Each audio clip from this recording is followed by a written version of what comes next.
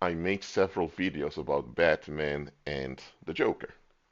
I did a lot of explanation about those two characters and what they symbolize when it relates to the public. I want to ask one question to you now. And I want you to pause this video after you hear the question. I want you to think about it for, let's say, 10 minutes, and then listen to the rest of the video. Or you can just play the video all at once, that's up to you. But I want you to think about this question. Why does Batman hate the Joker so much? Why is Batman so determined to get rid of the Joker? There are more criminals, more bad guys in Gotham City. A lot of them. But the Joker is the main one he is so furious at. Now, when you look at what Batman is doing, he's fighting bad guys. He goes after the obvious criminals who are causing obvious harm to Gotham City, and he deals with them. Some of those encounters are even fatal. Look at the Joker. What does the Joker do? The Joker, he uses social experiments to expose the evildoers in the city, and then he individually, in a good mood, without being affected by the violence, he takes out those bad people. So if both want to get rid of the bad people in Gotham City, that means they have a common goal that they can partner with. They can partner with each other based on that common goal. In The Dark Knight, at some point, Joker even said, "You and me are quite similar." Or maybe said, "You and me are the same," something like that. Batman was saying, "No, I'm nothing like you." He just went off against the Joker. But think about it. Batman is real identity Bruce Wayne, a billionaire. He inherited billions from his father, was killed when he was a child. He was traumatized. As a traumatized adult, he is compensating by playing this superhero at his own expense. Nobody asked him to do this. Most people don't even know who Batman really is. They just know you have this figure dressed like a bat going around fighting bad guys. Even though Gotham City has law enforcement, they have prisons, they have a government,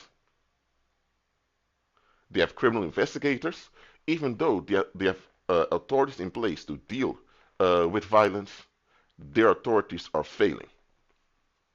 Now, if the authorities are failing at keeping the bad people in check, the population has the obligation to rise up, either through protests or through the civil collective action to shut down those authorities and to replace them with more capable people. And if there are no capable people around, they have to go outside of the city, elsewhere, to hire capable people. Or they need to train better law enforcement, better administrators. Correct? Is this happening? No. The authorities are failing, and the community that they should protect are also failing by not addressing it. And Batman shows up just to save face of the city. That's really what he's doing. And he never shows himself because if people know who he was, they would think, "Who do you think you are doing this?" Blah blah. It will be an uncomfortable situation. The fact alone that Bruce Wayne has to take on this suit as Batman shows that he knows that what he's doing is not in the best interest not of even himself nor the community. That shows you he's actually afraid to be open about what he's doing because he knows there will be backlash. Because think about it, the public is failing. It's one thing for the government to admit they failed, but the public has satanic pride. They don't want to admit they failed. So what's going to happen if this stranger, who happens to be this billionaire in the city, the rich man in the city, ends up bailing the public out? At first, people are going to think, "Whoa, thank you," but eventually, we're going to think, "Hold on a minute. This is quite humiliating. that a guy has put on a costume to rescue us from all this dysfunction and all this violence around us. What are we doing? And at that point, people can start turning on Bruce Wayne. So to prevent that from happening, he identifies as Batman when he's out there. And when they look at his lifestyle, and they would find out who he was. He is not a family man. He's not married. He has no children. He's a billionaire playboy. So if a billionaire playboy who still is haunted by childhood trauma has to rescue the city dressed uh, as some bad creature, if that comes out, that's a deep humiliation and a slap in the face of the self-worth of the population. That's why Batman is not showing himself. The Joker, at the other hand, he shows himself. Yes, he puts on the crazy makeup, but you can see who he is. You can look up his past. Here's the difference between Batman and the Joker. The Batman is delusional. The Batman really thinks somewhere that people really love him. What he fails to admit is they love the character he's playing, Batman. This weirdo that pops up, saving their face. And because of that, if things ever go wrong, they can say, but we never asked for it, Batman. Or even if we asked for it, they can come with an excuse to discard Batman. People can use him to avoid responsibility. And the thing is, Batman is helping them avoid responsibility by always bailing the public out. So Batman is delusional. But Batman said Bruce Wayne, who plays the Batman, he's delusional. He is. And the Joker is reminding him, listen, these people don't really care about you. The moment they don't need you anymore, they will discard you. The Joker is realistic. The Joker is not in a fairy tale. He sees how the masses really are. He sees how unstable they are mentally. He sees that anytime there's actual challenge coming, a lot of people will just run away. So he knows very well what he is dealing with. And because he knows what he is dealing with, he does not pretend. And the Joker himself has been the victim multiple times of the public. Now the Joker admits this. Bruce Wayne does not want to admit that the public failed him. First of all, his father should have been protected a bit more. That didn't happen. His parents should have been protected a bit more. And after his parents passed away, after they were murdered, the psychological care for him was non-existent. So Bruce Wayne is not admitting the public violated him. He still pretends that the public is innocent. There's only a few bad guys out there. The Joker is showing him, listen, Batman, the majority of these people are bad news. Are there good quality people amongst them? Absolutely. And those are the people that are worthy to protect and risk things for. But the majority of them are bad news. They are the problem. And here's the thing. Bruce Wayne's whole life centers around this victim mentality that bad guys victimize him, and now he's doing the right thing by fighting bad guys. For him to admit that the public failed him and that a big portion of the population that they are the problem, it would shut down everything he's about in his life. It would also shut down all the excuses he has for not going to therapy and processing the loss of his parents. Because right now he's coping by having this playboy lifestyle. So he's in sexual pollution. He's operating sexual pollution, polluting community sexually, fornicating over and over again, just so that he doesn't have to deal with the fact that people, or say the public, violated him by allowing this thing to happen to his parents. His parents also violated him by being so careless. So yes, he was victimized. But Batman now is the victimizer. Why? Because instead of processing the past, looking for help and recover, and then hold the community accountable, and then use the money and resources you have to improve the community long term, instead of doing that, he's part of the problem. He's escaping just like the public is escaping, and it only builds out the public. You're building out the same public that keeps doing all this negativity.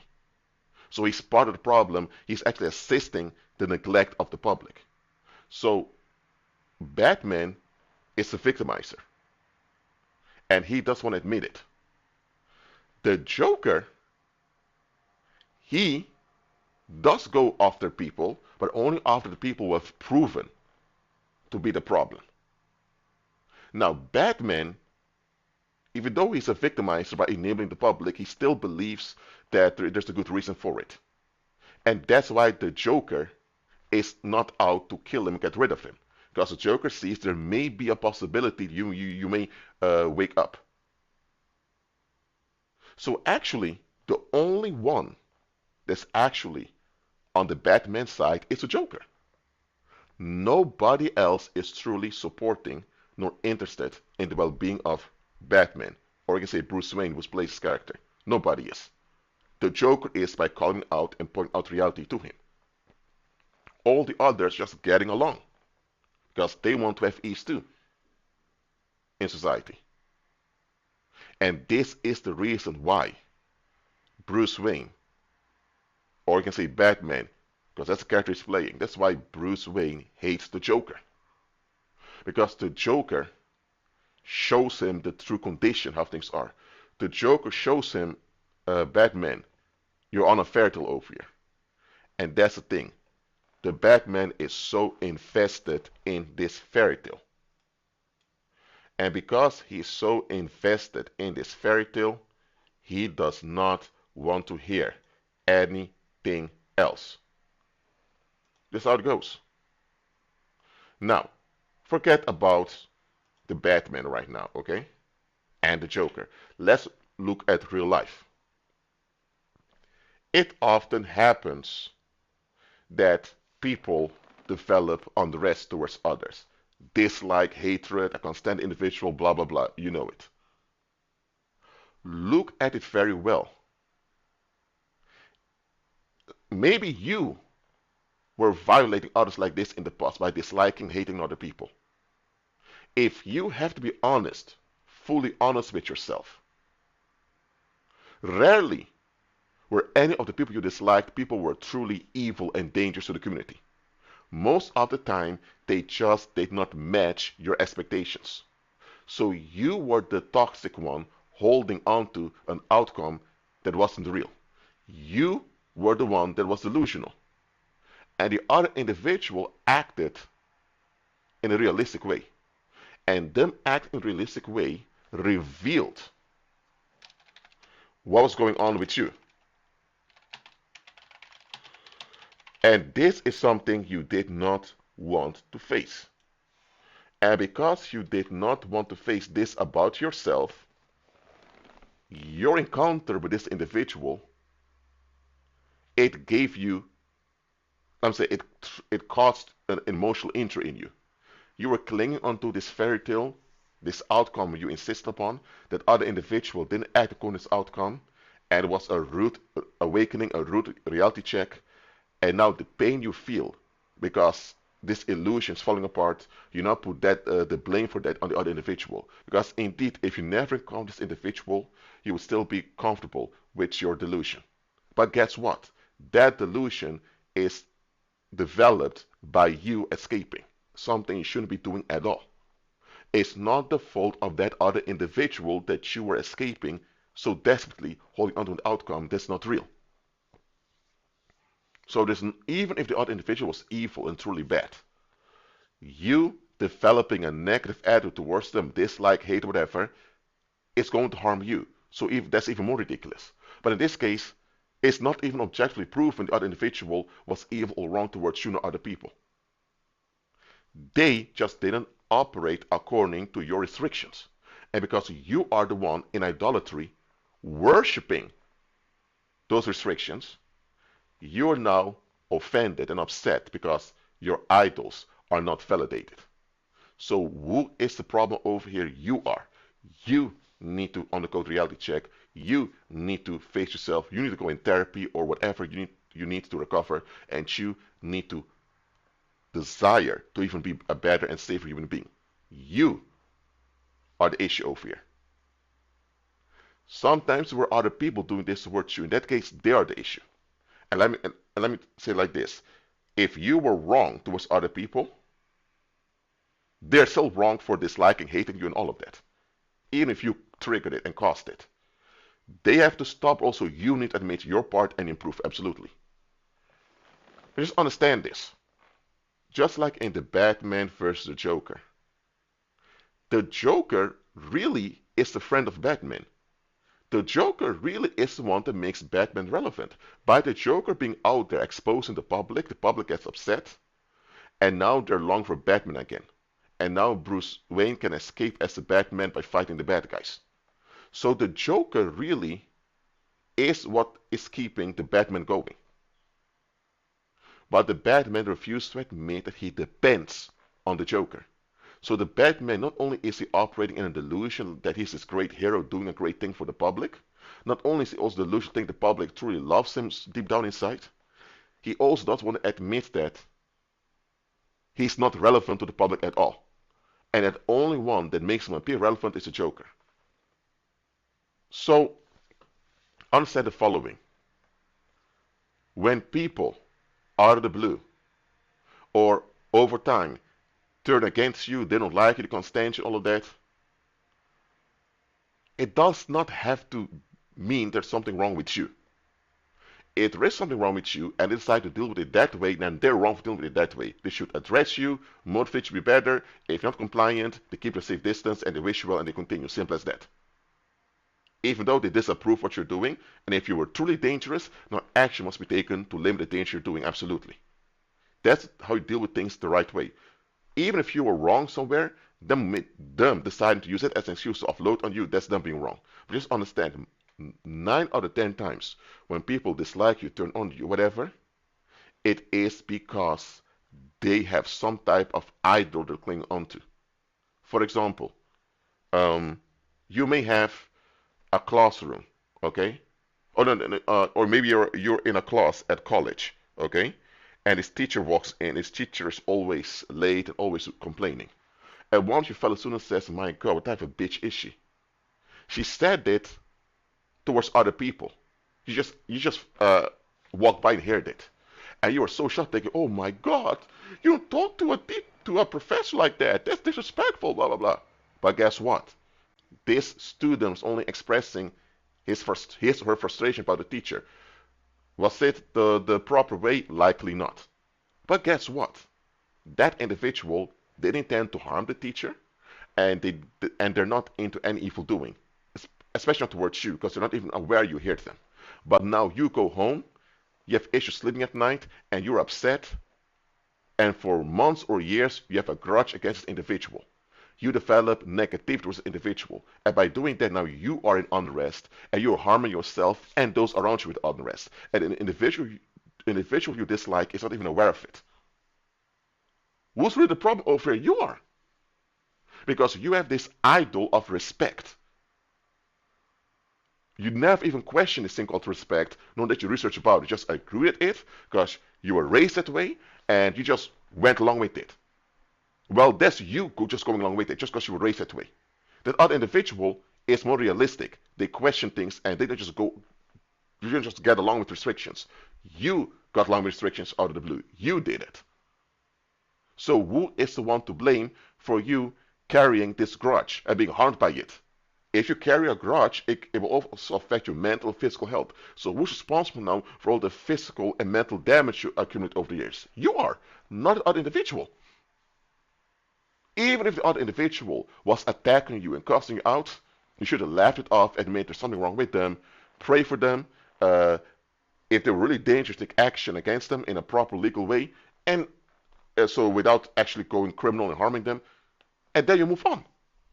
But now, because they don't give in to your restriction, you're upset, and instead of facing yourself, this restriction that you cling onto, instead of admitting your own cheap behavior, you want to blame it all on them. And now you end up paying the price with mental health issues and with problems in your physical health. And this unrest will also play out in your relationships. So now you're also affecting others with it. So who's the real victimized here? You are. Look, maybe you were the Joker in the sense that you were the one operating in reality and others got upset with it.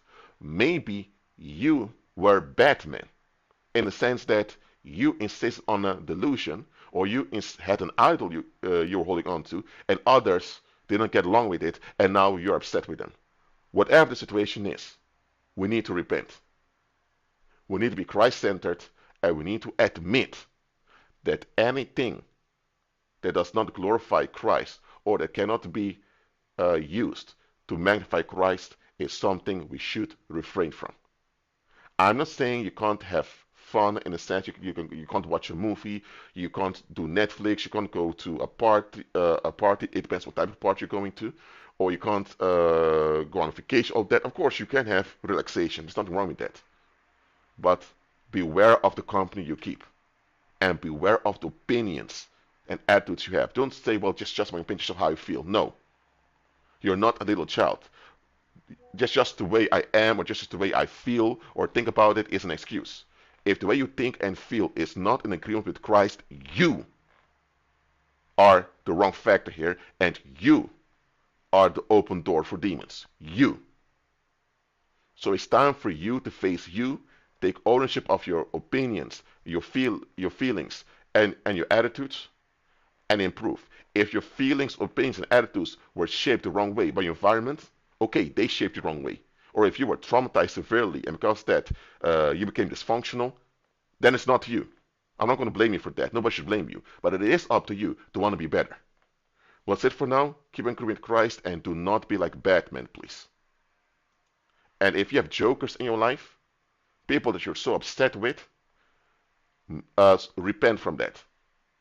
Because the only one polluting the environment now is you, by thinking and feeling about them that way. Change your mind, agree with Christ, and be at peace.